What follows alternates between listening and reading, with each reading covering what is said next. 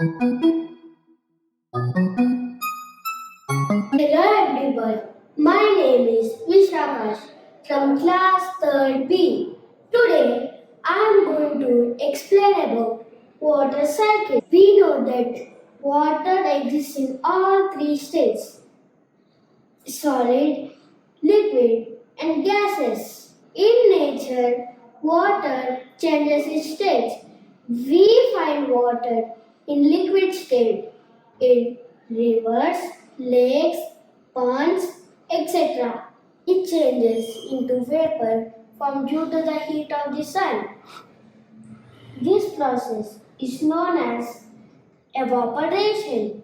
The water vapor is lighter, so it rises up and it changes into small droplets of water. This process is known as condensation. These small droplets combine together and form clouds. When the water droplets become too heavy, they fall down as rain, hail, snow, etc. This process is known as precipitation.